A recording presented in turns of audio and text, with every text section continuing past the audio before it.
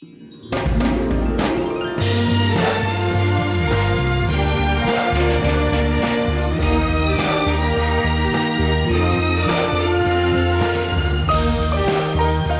Mission Report.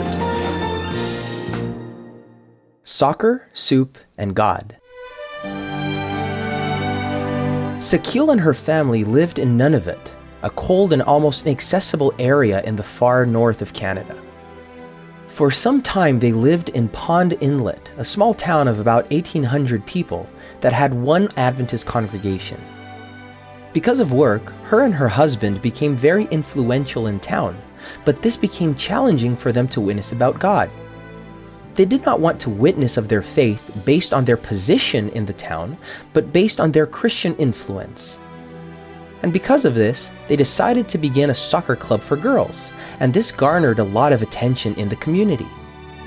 The girls that participated weren't idle anymore, and learned good habits from Sakil and her husband. They even began to be kinder and more obedient to their parents.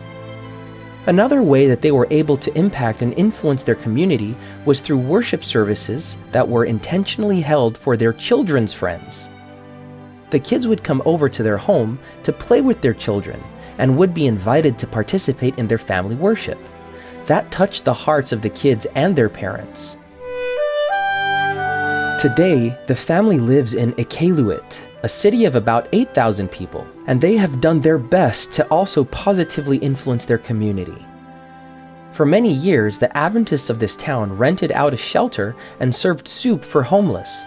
However, it is not possible to do this anymore because of the limitations of the new place that they rented to hold their worship services. It is not big enough to serve the meals, and the homeless direly miss this ministry. Because of this, the congregation wants to have its own property that is more spacious in order to continue to impact their community.